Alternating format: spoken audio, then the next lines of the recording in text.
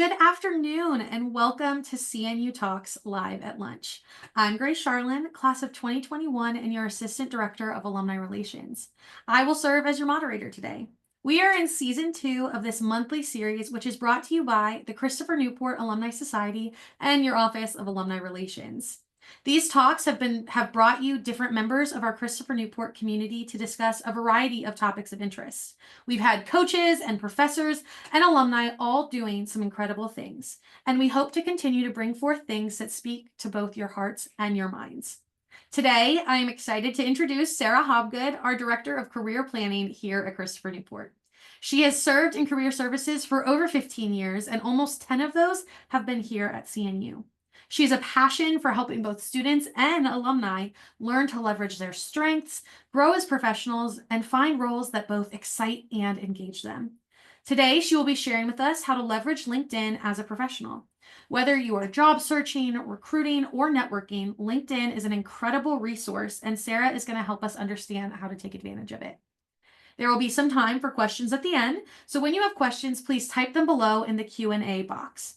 Once Sarah is ready for questions, I will read some of those asked as long as time allows. This session will also be recorded and shared out to you, our Captain for Life community, to view later in the month. And with that, I turn things over to our wonderful Sarah Hopgood.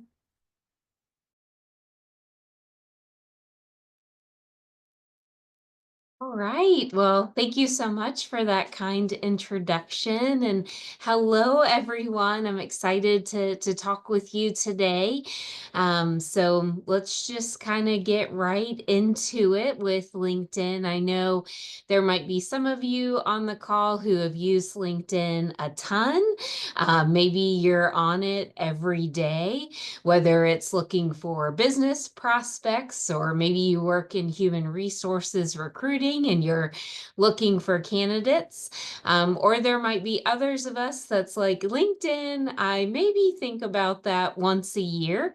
So today we're going to look at all the many ways you can use LinkedIn as you continue on in your career journeys. And so, as Grace mentioned, please feel free to put any questions in the Q&A box. I want this to be as helpful of a time as possible for everyone. And so please feel free to ask those questions. But I'm actually going to go ahead and share my screen and kind of move over to my own LinkedIn account and LinkedIn profile to give what I call my top 10 tips for LinkedIn.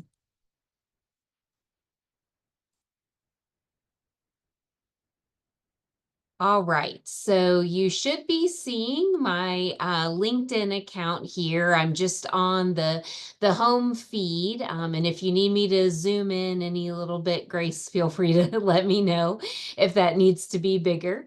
But what we're going to do just kind of right off the bat is go over to that kind of towards that top right corner to the Me tab to be able to start with our profile. So you want to make sure that you actively build up your profile first, and then from there, you can expand on building your network, joining groups, all of that good stuff. But you always start with that profile first. And one of the big reasons you do that is that LinkedIn, as you put in details on your profile about your experiences, your education, any volunteering that you've done or organizations that you were a part of in undergrad or maybe even grad school.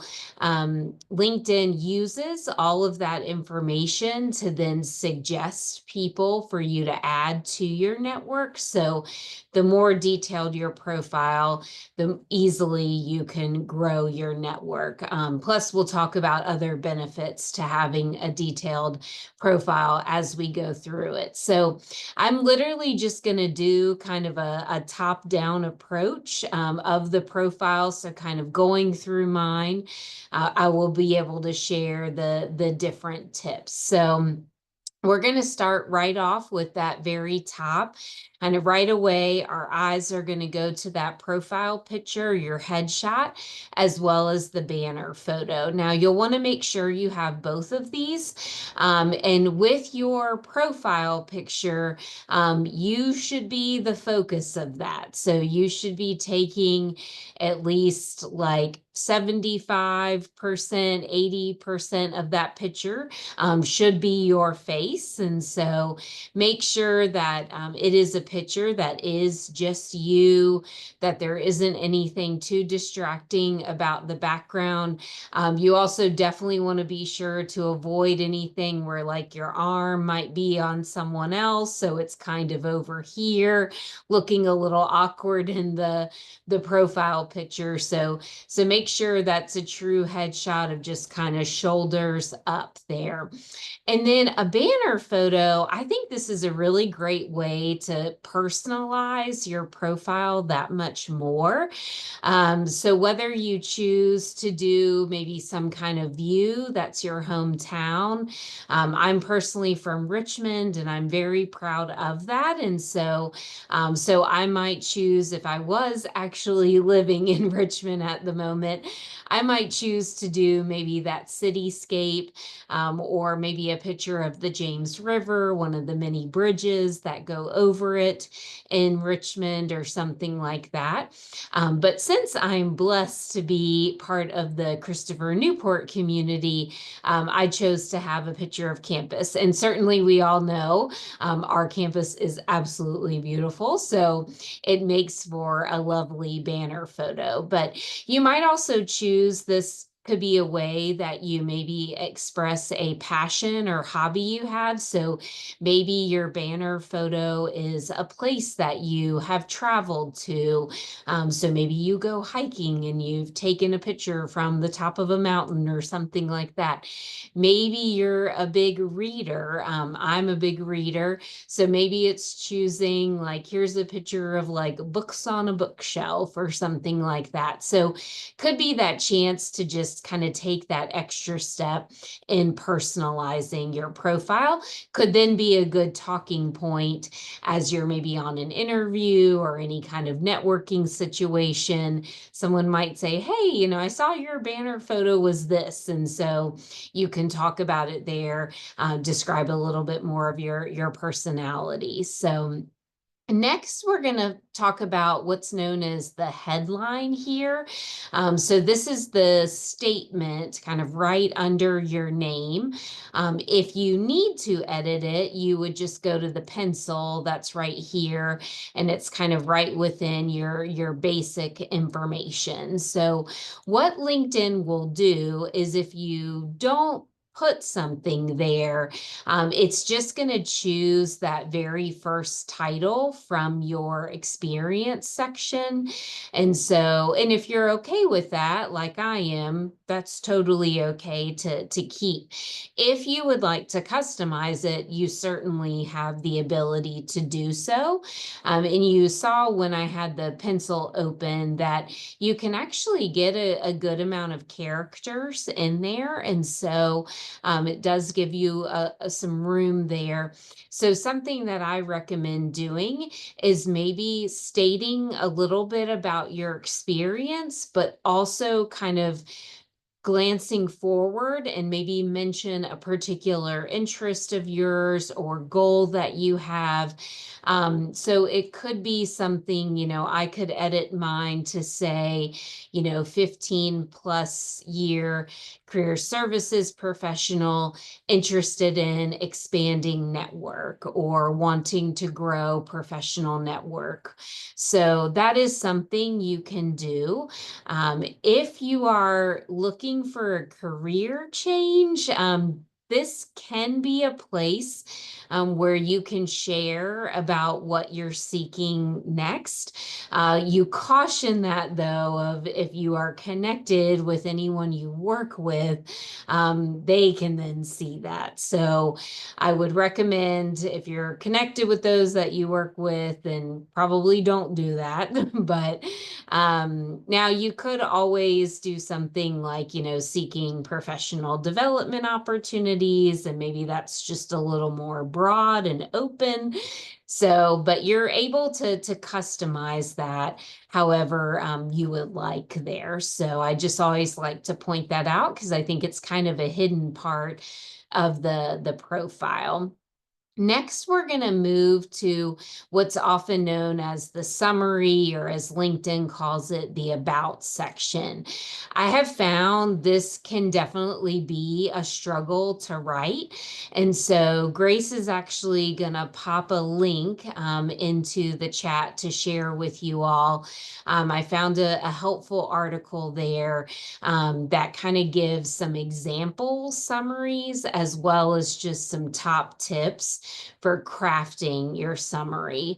I found even when I was writing my own, it's just, especially as you've been in your profession for any amount of time, you're like, well, there is a lot I could say here. But typically, what you want to balance is you want to make sure that you're highlighting your passions. So, kind of maybe even answering that question, what drives you? So, what is it? So, for me, my passion has always been helping students. I absolutely love what I do. And so, I wanted to state that from the start, that that is my passion there. You maybe then next want to kind of sum up your experiences. Quantifying here can be helpful. So maybe saying how long you've been in your field or industry, maybe even kind of summarizing using some phrases to describe key responsibilities that you've had, whether in your current role or in roles previous to that.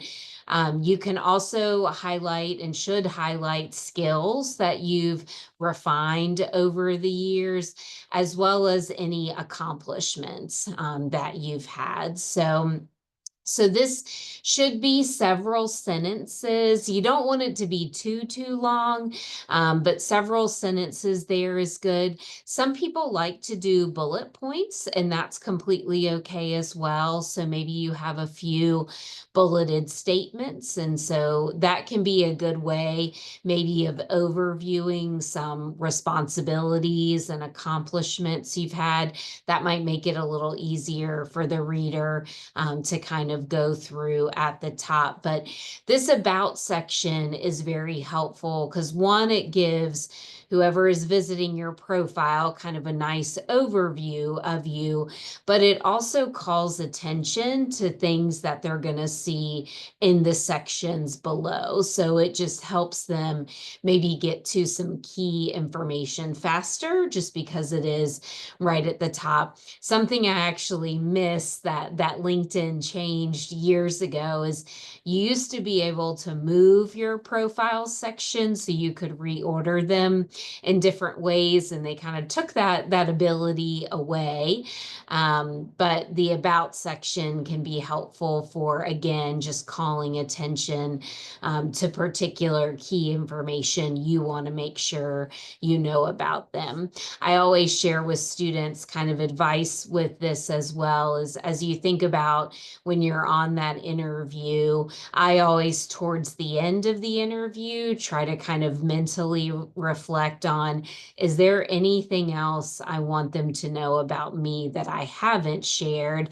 And if there is, then I find that opportunity to share it. You can kind of ask yourself a similar question. So after you've written your about section, just thinking, okay, is there anything else that's core about me, whether it's a particular passion that I have or something I value or a key experience or accomplishment? You can make sure that that all gets included in that about section. So then kind of rolling down into the experience section.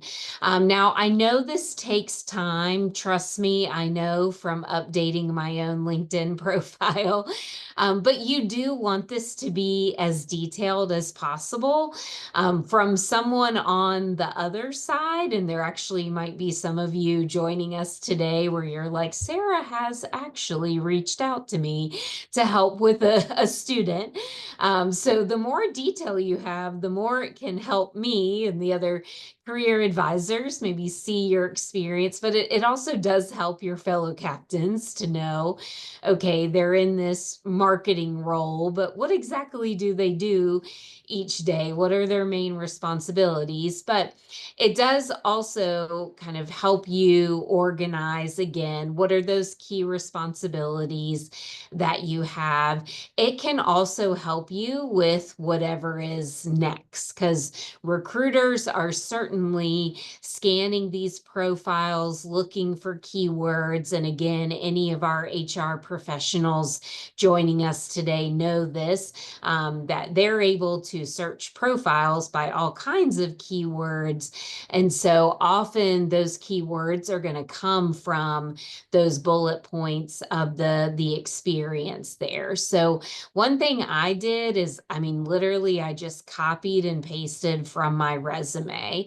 Now, my resume has more, so I did kind of condense it down a little bit as far as kind of the number of bullets, but I did want to make sure I hit the different facets of my current role. So certainly, as you're updating your resume, be sure to update your LinkedIn. That's actually my last top tip, but I'll go ahead and say it now, and I'll probably repeat it several times throughout this, is the importance of keeping that profile up to date. A newer feature of LinkedIn, which I really love, is the ability to attach skills right to an experience. And so as you are, typing out those bullets where you have the action verbs and the specific details that you do with those action verbs, quantifying anywhere you can quantify is very helpful.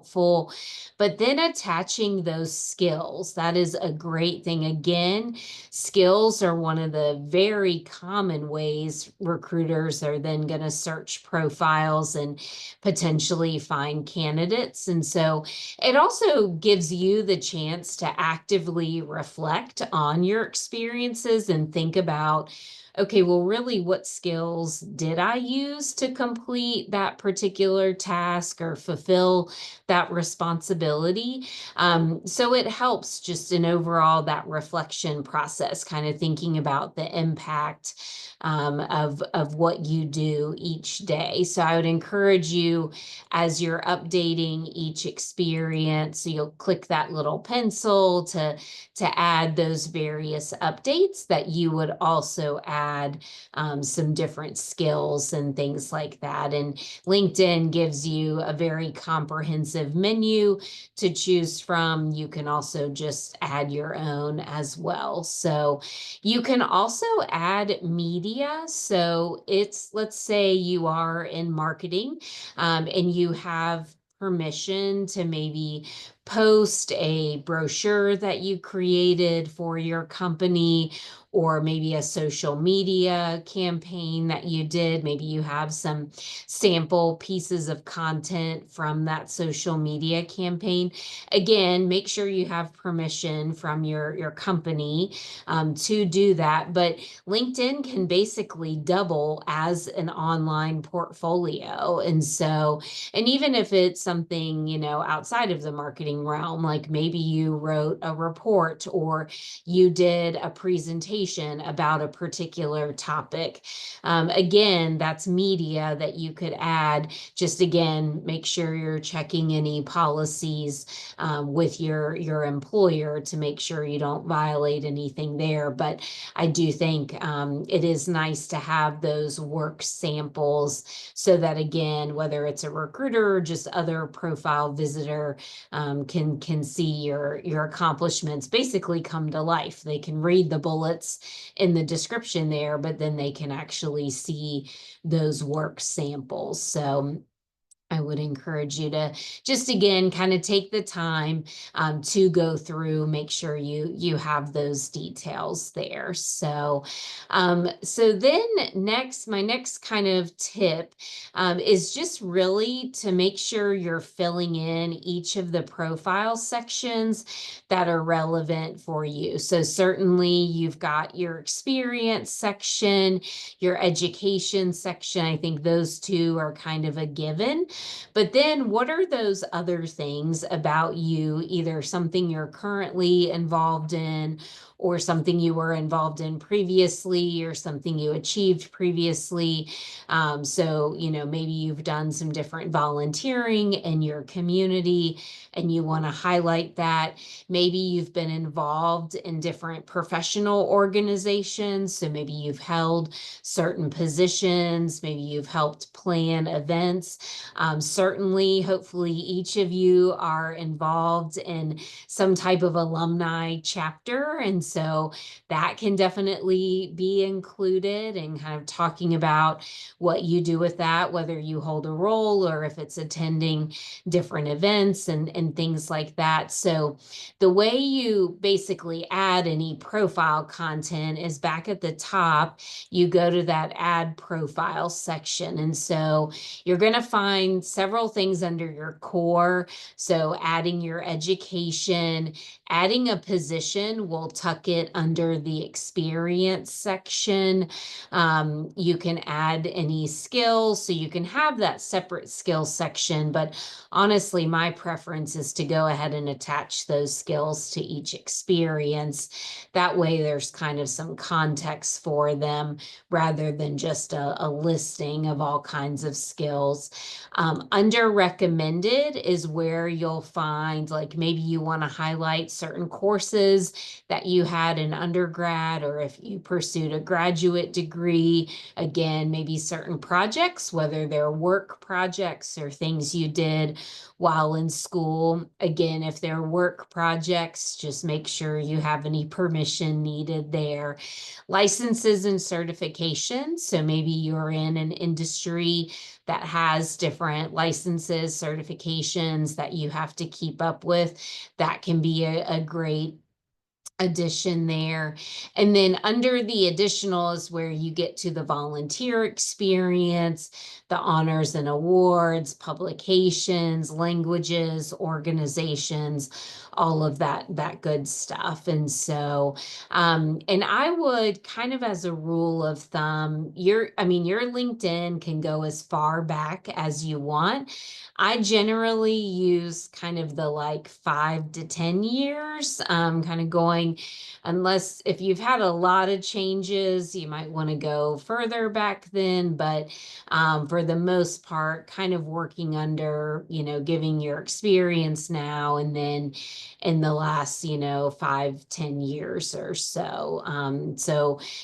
If I've been now working for over 15 years, really there isn't a need for me to go back to like my high school days and stuff like that. So just working off of that, kind of 5, 10 or so. I do have some things still from grad school just because I had a couple of different experiences in grad school that I still like to highlight.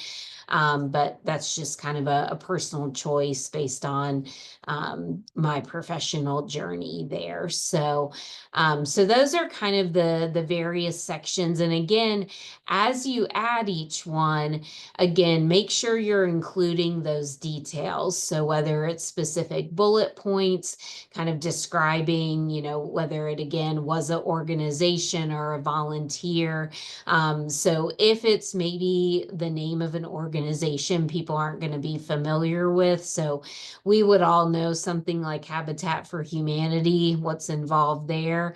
But there might be kind of a community organization you have in your local community that's not as well known. So maybe you even describe what that organization does, and then specifically talk about what's your role with it or what has been your contributions to it there. So it is helpful. Again, you could do the same thing with any professional organization, so maybe giving a little background about what it is, and then again, how do you contribute to it, how are you active in that. So just making sure you have some good details, so that again, the reader has all kinds of context for you. So really then once you have your profile fully up to date there, so I encourage you, just as you can find time, if it's been a while since you've brushed up that resume, go ahead and brush it up, and then go ahead and update your LinkedIn with that same information. Those two should mirror each other. And then I definitely recommend personalizing your URL. So if you haven't already, go ahead and do that, customize it. If someone already has your first and last name combination, you can then get creative, maybe add your middle initial, maybe you add a number, something like that. But try to go ahead and customize that. And then on your resume, up where you have your other contact information, like your phone number and email, I would go ahead and include your profile link to your LinkedIn, so that it's easy then for connection purposes as you're in that search and application process. But once we have the profile built, we're then going to go and be intentional about building our network. So we're going to move over to the My Network tab, make sure you're on the Grow section of that. And as I mentioned earlier, the more experiences and details you have on your profile, the more it's going to help LinkedIn say, hey, do you want to connect with these people? So LinkedIn is just taking your profile, scanning it for information, and it's finding other profiles that have those same details. And so that's how it's making those recommendations there. Certainly, if it is someone that that they would know your name and everything, you can just go ahead and hit the connect button, and you wouldn't need to add a note because they know you. And so if it is someone that doesn't know you as well, maybe you met them recently as at a conference. And I know for me, whenever I go to conferences, I'm meeting so many different people. And so it might be helpful to include that note to kind of give them some context. So it could be, great meeting you at such and such conference. And so it could be good to add that little note there. And often what you need to do there is click into their actual profile, and then hit the connect button that way, so that you get the option to add a little note. And you can see again, LinkedIn gives you the 300 characters, so you can get several sentences in there. If you want to include anything specific that you and that person talked about or anything like that, you would be able to do that within the context of the note. So that way, when they're getting the connection request, instead of it just saying Sarah Hobgood wants to add you to her network, now it will include your note so they have some more background. And I would encourage you all, if you're not already connected with me, please do that at some point today. I will happily accept all connection requests there. So you always want to be intentional about growing your network. One thing I encourage you to do, I know we're all busy professionals, so maybe you set a goal for yourself. yourself. Maybe you say, okay, I'm going to log into LinkedIn at least once a week and I'm going to make 5 new connections. And so by building your network, it just helps you connect with more and more people. It also gives you the ability to search more people. So honestly, the more connections you have, the more searchability that you have. So it is good to be growing your network as much as you can there. So definitely want to be intentional. And then I'm going to go over to the home tab because another tip I recommend is to join groups. And so LinkedIn, in a way, sometimes I compare it to like a professional Facebook. And so there are groups that you can join. A lot of them could be related to your industry, maybe they're professional associations. Certainly, if I would expect hopefully all of you on this to be a member of the Christopher Newport University Alumni Group. If you're not already, please make that one of the first action steps you take on LinkedIn is to join that group. We also in our office, we have a group for Center for Career Planning. So I encourage you to join that as well.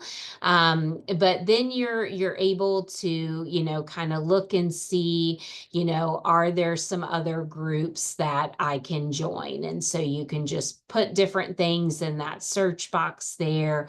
Again, so maybe you put what industry you're in, maybe certain names of professional associations, see if they have groups on LinkedIn that you're able to join.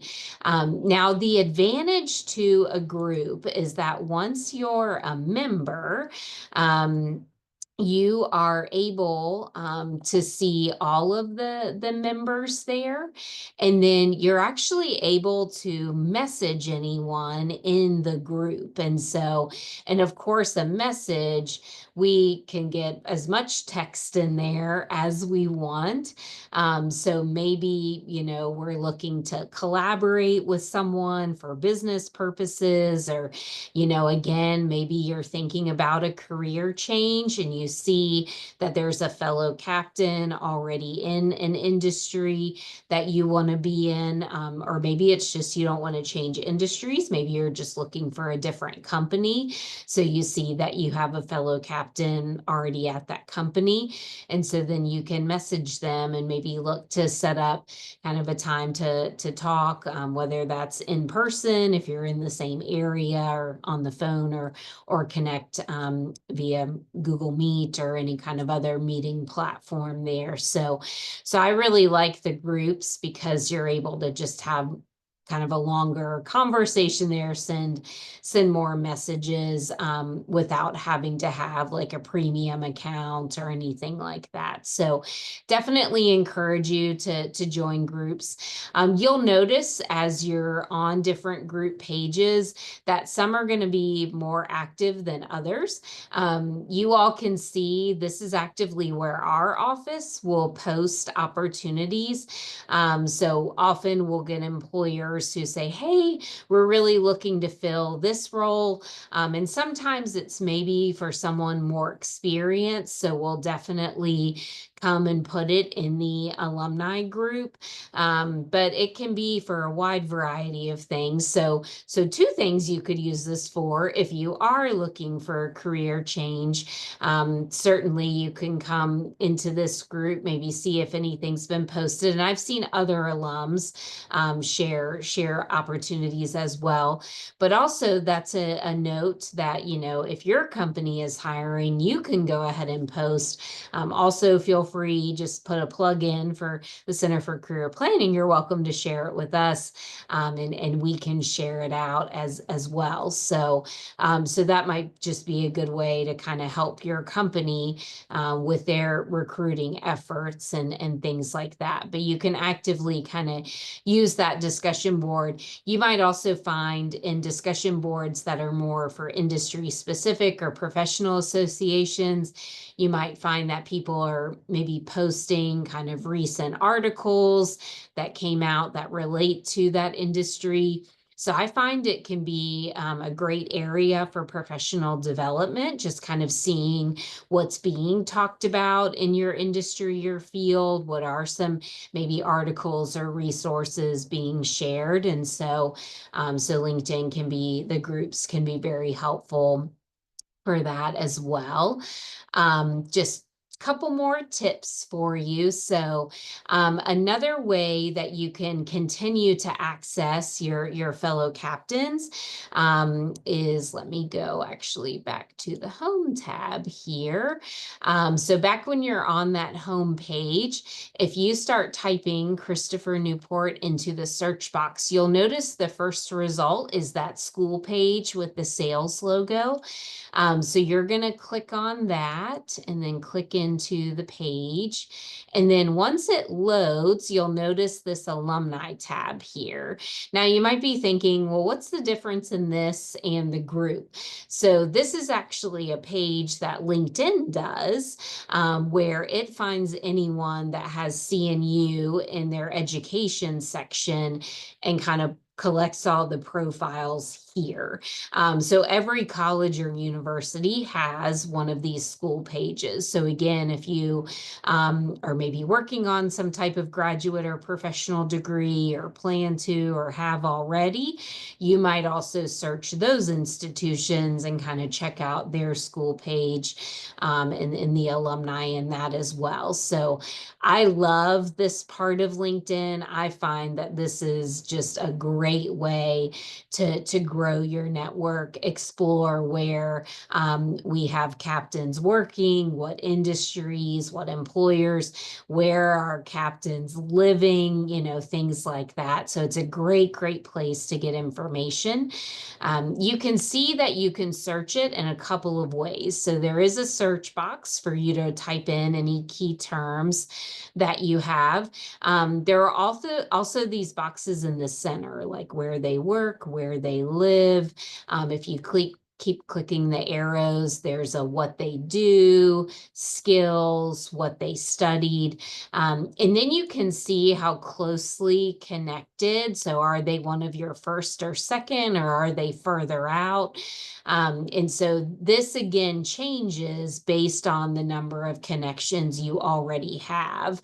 So if I keep building my network, the more and more it grows, the more and more I'm going to have first and second connections rather than third out. So again, just kind of reminder to be intentional about growing your network as much as you can, because it's going to help with those search results. And then this again is where you'll probably want to, click into someone's profile, maybe check it out a little bit. But if you do want to connect, you'll want to be sure to add that note, give them some context as to why you're reaching out. So again, maybe it's they're working in an industry that you look to switch to and you want to learn more about their experience, their career journey, or they're working for a particular company that you've always wondered about.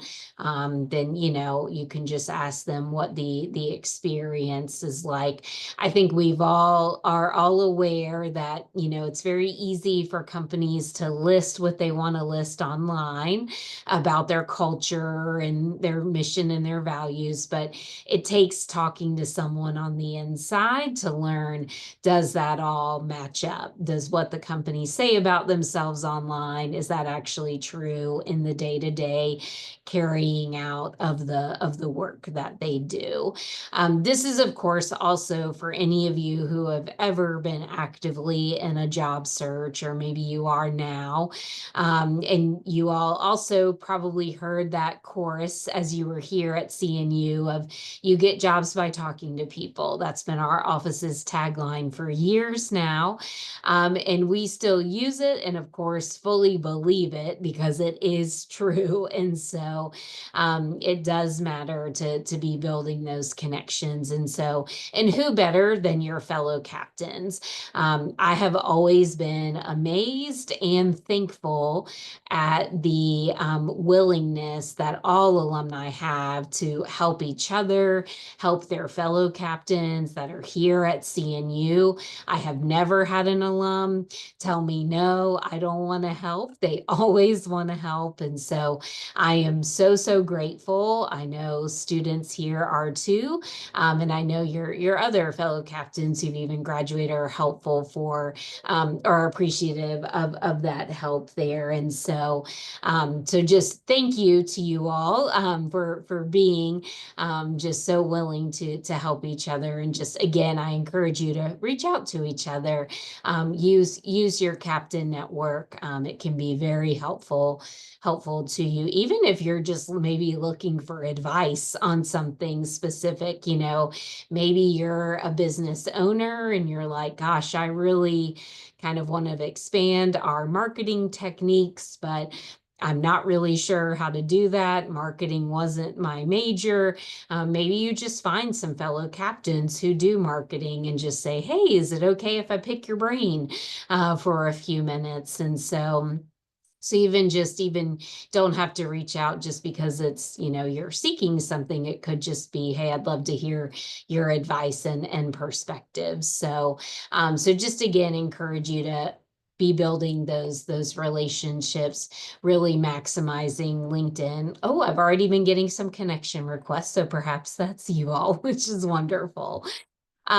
So my last tip is to seek recommendations. So this is actually back on the profile tab, and it's one of the profile sections. So it's easy to remember because it's under one of the recommended profile sections is to ask for recommendations. And so this is almost basically like a little kind of letter of reference right on your LinkedIn profile. So you don't need many of these. I think even if you can find 2 or 3 people that are willing to write a few sentences for your profile, this can just be very helpful. Again, speaking to your character, to your abilities, accomplishments. Something here is they do have to have LinkedIn in order to do this. And so you'll be actively searching them on LinkedIn. And so just make sure that the person does have a LinkedIn account. But again, and they don't have to write very much, but this can just be an added bonus to your profile. So if I'm that recruiter or just, maybe I'm your supervisor and you're up for a promotion or evaluation cycle, something like that. And, maybe you have a coworker or two who's willing to write a few sentences about you, just willing to just ask them if they're willing to serve, and kind of write a positive recommendation. And then certainly you want to pay it forward. So make sure you do it for others as well. You can offer it to others. So if you find that you're collaborating with someone and thinking, gosh, they're doing a great job on this project, I really want to, recognize them, maybe offer that up to them. Would they like you to write a recommendation on their LinkedIn profile? So that was pretty much my top 10 tips. Like I said, number 10 is to update it regularly. This is something I have to actively remind myself to do as well.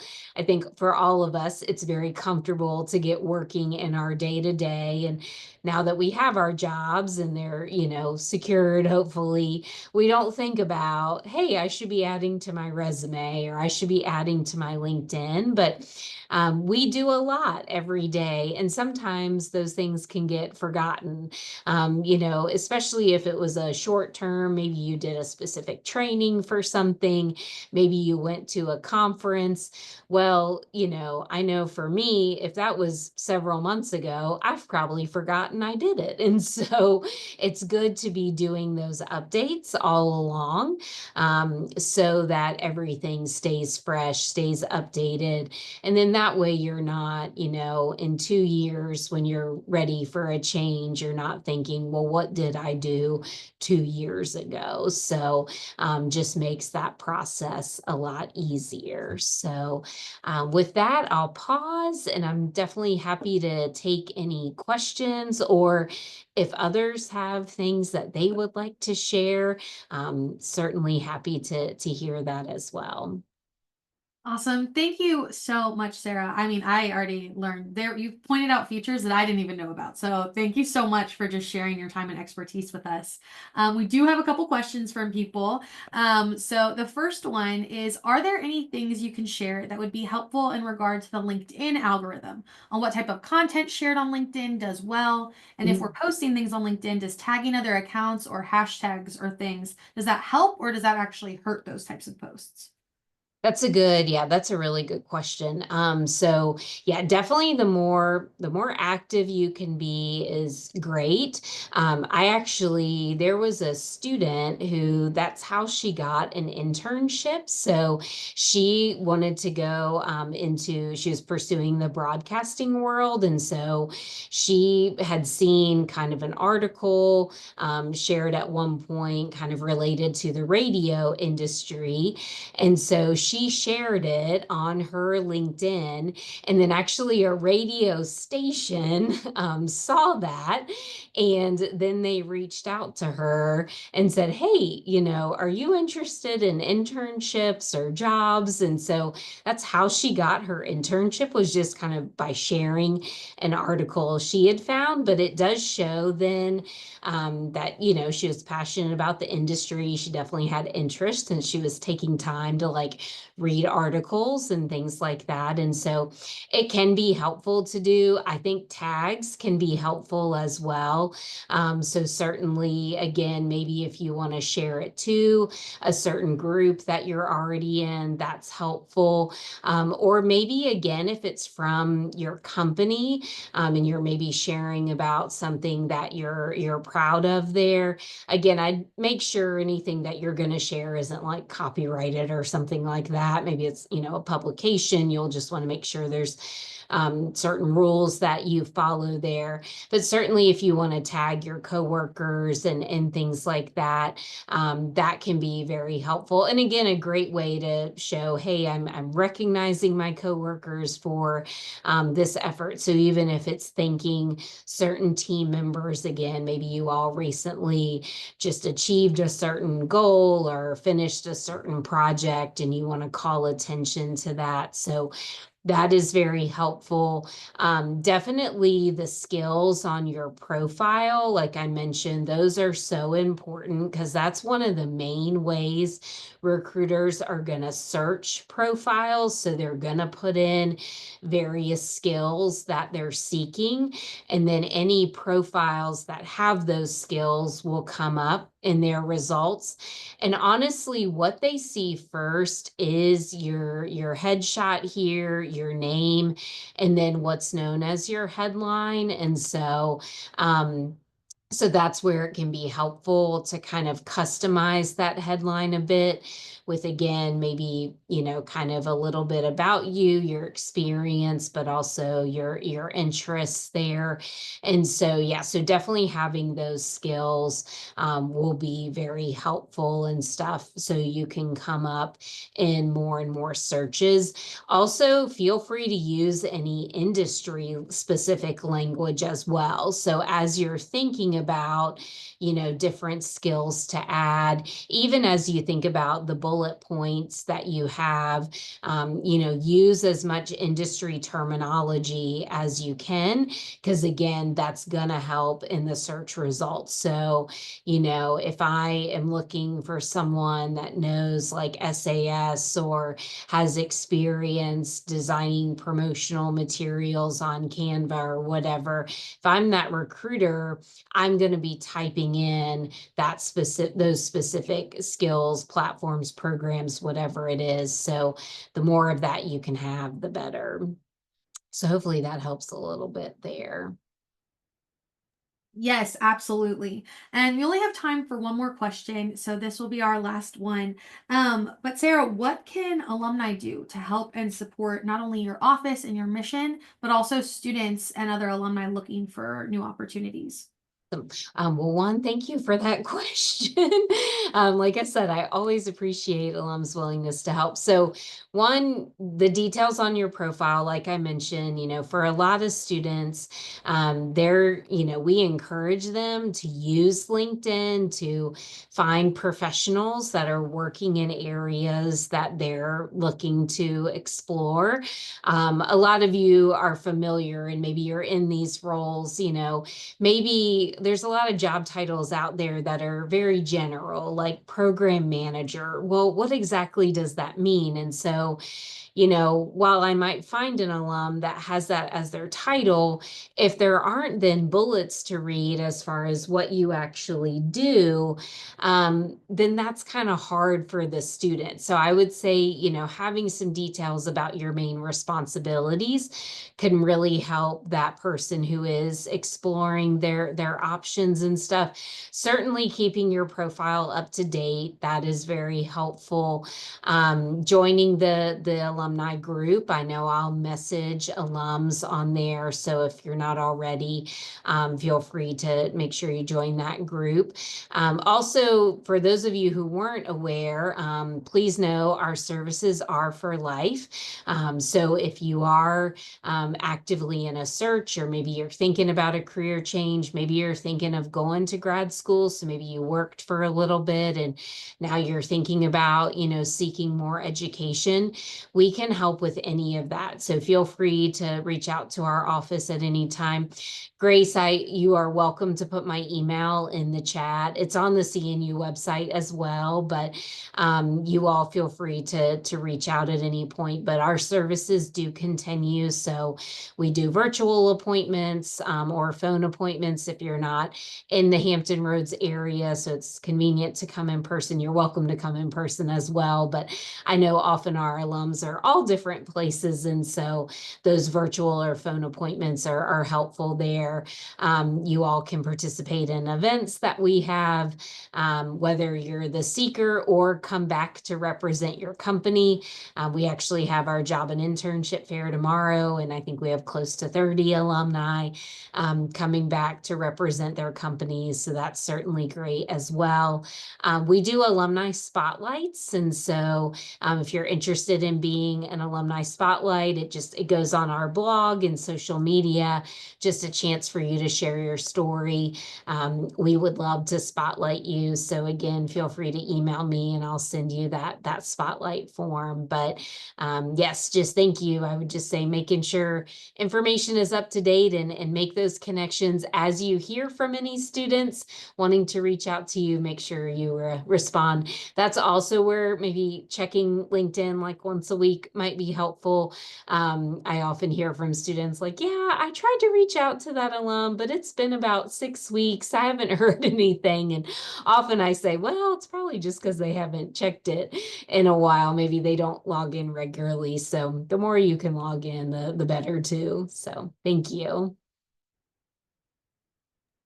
Fabulous. Thank you so much, Sarah, for just spending your lunch hour with us. And thank you all for joining us as well. We cannot wait to keep sharing more incredible alumni and captains who just make running this campus and this wonderful place possible. Next month, we will actually be in person in Richmond with members of the Wasson Center for Civic Leadership. So mark your calendars for October 23rd. If you are in the Richmond area, we hope you will join us. If not, we will also still have a live virtual option. The Wasson Center will be discussing with us some of their latest polls for this presidential election year, and I will return as your moderator, and I am so looking forward to it. We will be sending the link for that RSVP for next month, as well as the recording of this month's episode later this month or in early October. But again, thank you so much for joining us, and we will be seeing you soon.